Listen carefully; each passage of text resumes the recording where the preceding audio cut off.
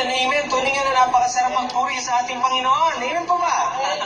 Amen. And sa oras pong ito, tayo po naman ay makikinig ng salita ng Diyos. At tatawagin ko po ang ating tagapagbahagi sa oras ito, Pastor Ricky Calcetas. Palakpakan po natin ating Panginoon sa buhay ni Pastor Ricky. Hallelujah. So, magandang araw po, magandang hapon po sa inyo lahat, mga taga magsaysay. Palakpak po sa Panginoon. So, salamat kanina, parang ulan, pero hindi tinuloy ng Panginoon. So, grabe yung time na ito, no? Nagtuturang kami kasi ng share.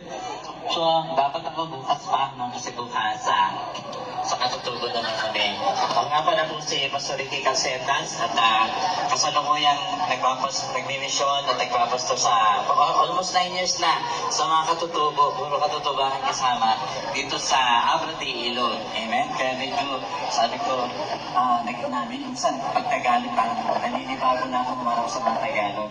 So, salamat po sa Panginoon at tayo po'y narito dahil ito ay plano, pinakita ng Diyos para sa aming lahat. Hindi lang sa simpleng regalo, kundi yung pinakamataas na regalo ng Diyos ay nais niya matanggap natin sa araw na ito. Ang pinakamataas, pinakamahalagang regalo na inaalok niya sa lahat ng taong mayaman at mahirap sa magitan ni Kristo. So, salamat po. Gusto ko sana simulan ng pag-share sa isang patotoo na November 30, kami nagbiyahe para sa Blayan para dumalo rin sa mga laking gathering mula Abra. At dala namin yung medyo lumang kotse. At sa biyahe po namin, tagumpay kami nakarating na sa Blayan, November 30. Kailan lang? At ang problema, pagkatapos noon, pabalik, magulan, madilim. Pagdating namin sa Patarik, first time namin maranasan na doon sa Patarik mismo, tumigil yung, hindi namin namalayan, wala na palang andar yung makina, at wala na rin pala siyang preno.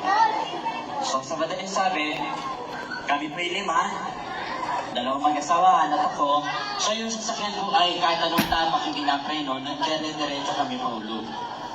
At kaduluduluhan sa napat hanggang patag, kami po'y lumampas. Yung pala yung nakamamatay. At doon na kami nakitulog, inabot ang gabi at kinabukasan na kami nakaandar. So naranasan namin yung life and death experience. Dati po kasi, narinig ko lang yung life is short, death is short. Ang Tagalog niya, ang buhay ay maiksi, ang kamatayan ay tiyang. Narinig ko lang yung dati. Pero doon sa araw na sa gabi na yun, kami nakaranas na gano'ng tragedy, hindi ko lang narinig. Kami mismo ay nasalang sa panganib na kung sa lugar na yun, doon nahulog din ang templo labas at maraming namatay. So nakita ko realidad ng kamatayan. So nakita ko po, at yan po aking share. Sa verse lang naman siya. Sabi doon sa Hebrew 9:27, sabi dito, itinatapos sa tao na mamatay. At pagkatapos nito ay pagluluto. So ito po pala ang totoo. Alam natin lahat tayo ay may katapusan. Alam natin lahat na tayo ay may kamatayan. Pero kukunti lang po yung naniniwala na meron pa susunod na buhay. Kukunti lang naniniwala na may pag-uukong. Kukunti naghahanda at ako sa pagharap sa Panginoon. At ang kamatayan nga po ay susi sa susunod na buhay na walang hanggan o buhay na kaparusahan walang hanggan. Dalawang pong klaseng walang hanggan ang pupuntahan ng kaluluwa.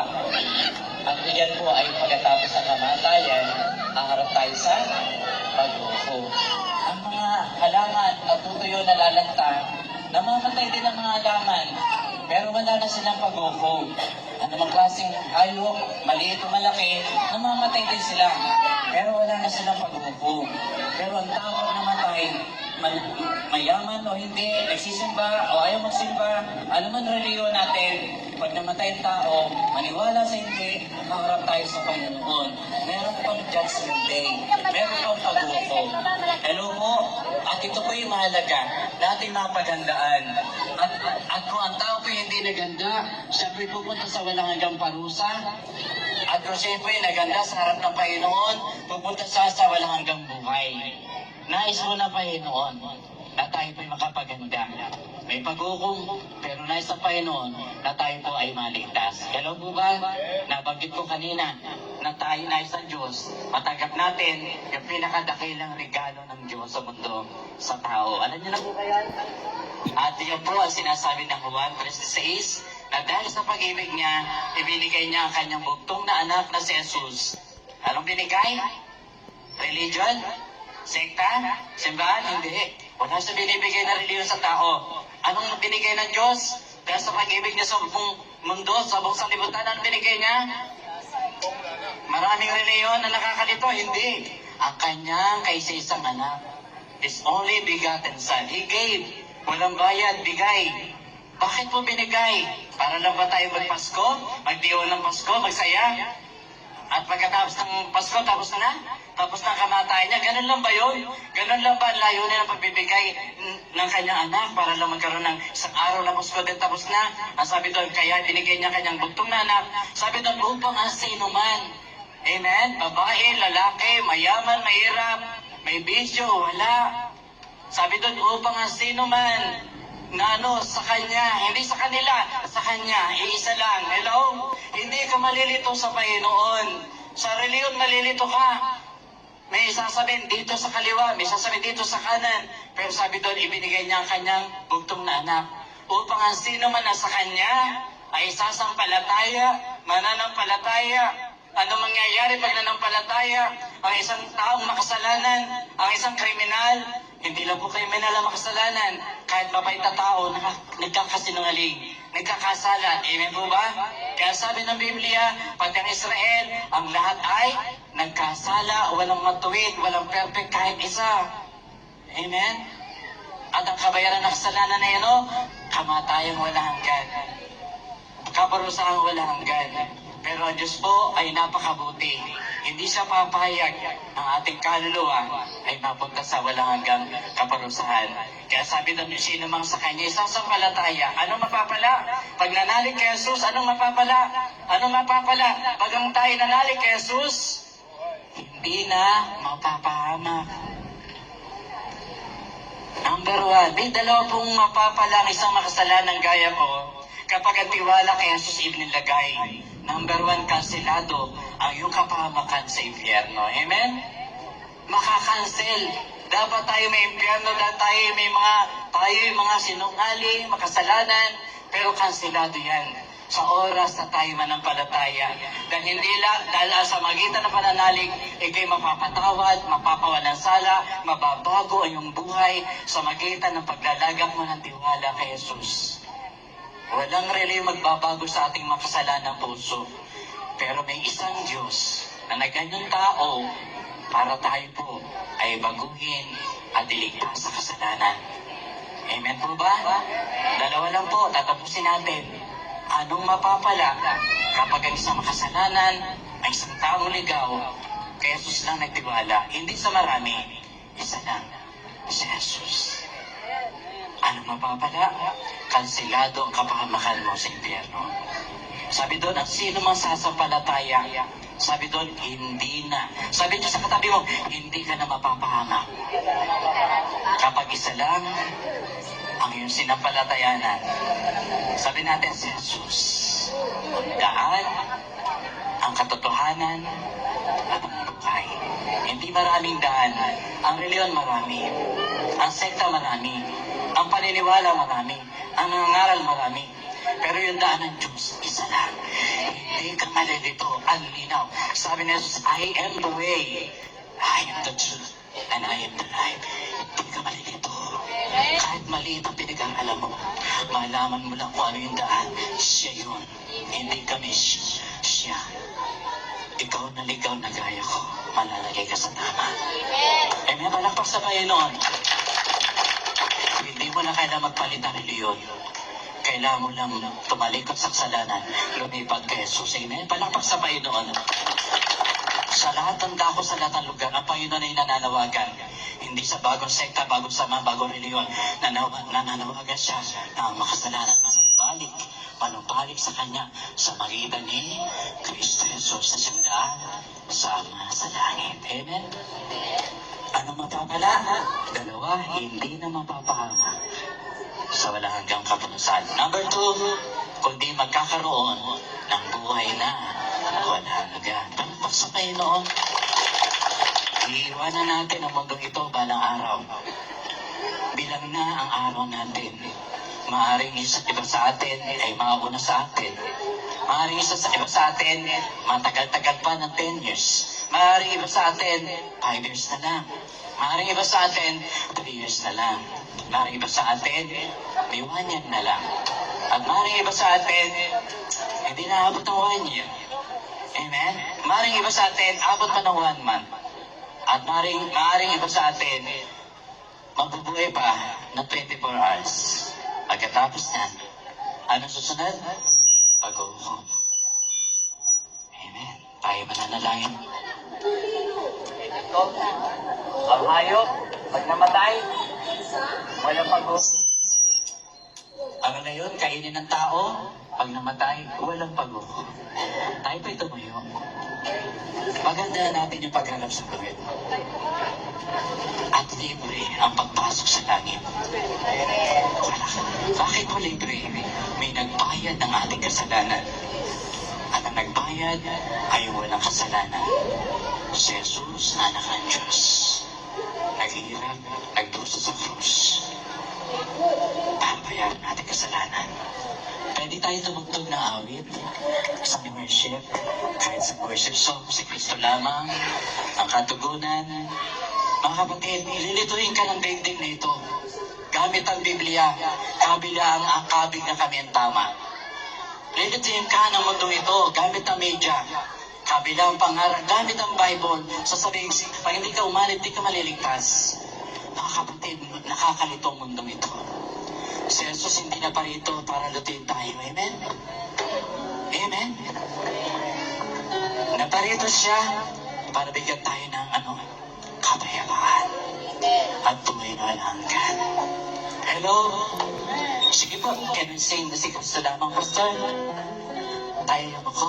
Si Kristo lamang. Yung iba, naghahanap ako ng reliyon. Mga kapatid, huwag mo hanapin sa reliyon ng kaligtasan. Huwag mo hanapin sa reliyon ng daan. Huwag mo hanapin sa reliyon ang buhay. At wala dyan ang buhay. Wala dyan ang kapayapaan. Kahit lahat aliban mo, wala dyan kapayapaan. Wala dyan buhay ng Jesus. Amen? Kailangan lang manumbalik tayo. Nasa kami nais manumbalik kay Jesus. Kung ikay kukulit ng Panginoon, makakatiyak ka ba na ikiligtas? Kung di mo tiyak, tanggapin natin ang libre. Libre kaligtasan. Tanggapin natin saan? Sabi ng mga puso. Paano? Magsisi tayo sa ating kasalanan. At sabihin natin, Lord, hinaanan lang kita. Nakapasok sa aking puso. Pwede ba tayo manalangin ganito, mga kapatid? Sa lahat na nakataas, sumunod sa panalangin. Sabihin natin, Panginoong Jesus, maraming salamat. Sa gitna na ako'y makasalanan, nag-rebelde sa'yo, naligaw, nalayo, naghanap ng reliyon. Nakita ko, Panginoon, ikaw lang pala ang daan. Ikaw lang ang katotohanan. Ikaw lang ang buhay. Ngayong araw na ito, Panginoon, nanunumbalik ako sa iyo. Tinatanggap kita sa aking puso bilang aking Panginoon. Aking tagapagligtas. Baguhin mo ako, Panginoon.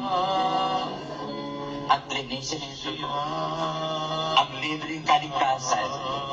Buhay na walang hanggan. Tinatanggap ko sa aking buhay. Kasali ako ngayon sa may buhay na walang hanggan kay Kristo Jesus. Sa pangalan ni Jesus. Amen. Patuloy tayo manalangin habang natugtog.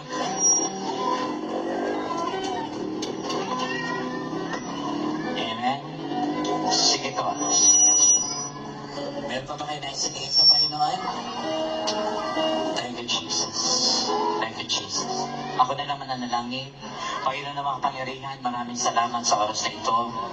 Patuloy ka magpahayag sa mga taong naririto, Panginoon. Patuloy kayo magpahayag ng iyong pagka-Diyos sa kanilang mga buhay.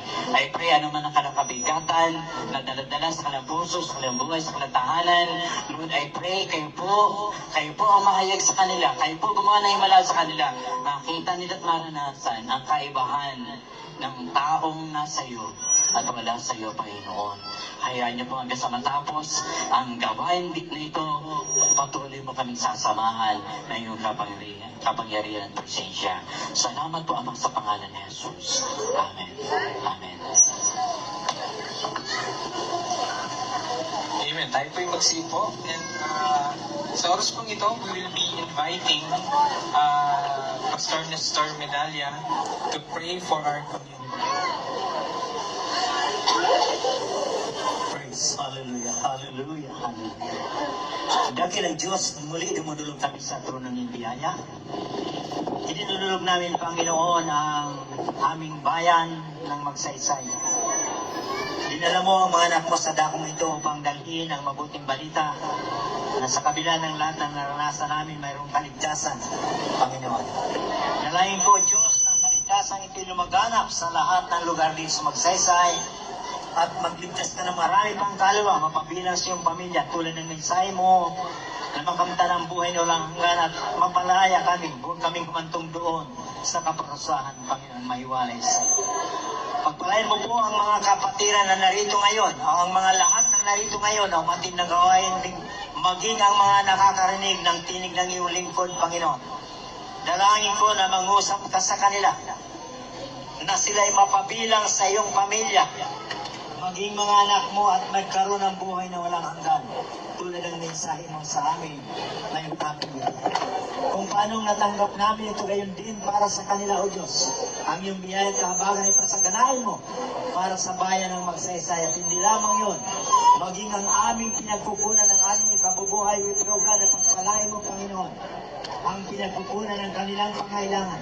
Pagpalain mo na ilayo mo rito ang anumang mabibigat na karamdaman o maging ang Kristo, Panginoon, sa aming pananim na palay. Pagpalain mo na ang aming trabaho ay panginisla o anumang trabaho ng aming mga kamay. Bless mo po ang gawa ng aming mga kamay, maging ang aming mga pamilya ng kapayapaan, pag-ibig at kagalakan na nagbubuhat sa iyo ang maghari sa bawat araw. Pagpalain mo, O Diyos, na sa dakong ito ng bayang Magsaysay, ikaw ang may tasa at ikaw ang malahati. Ikaw ang mapananalan sapagkat kapag ang bayan ay nagbalik-loob sa iyo, pagagalingin mo, Panginoon, ang bayang ito ang ibig sabihin, pasasaganahin mo, Panginoon, ang bayang ito. Maraming pong salamat, O Diyos, purihin ka. Salamat sa mga lingkod mo na dinala mo dito. Patuloy, Panginoon, gamit mo sila sa mandako na pagsuguan mo sa kanila, Panginoon. Salamat, Lord, sa mensahe mo. Naway natanggap ito ng maraming tao sa oras na ito. Purihin ka sa iyo ng kalatian at karangalan.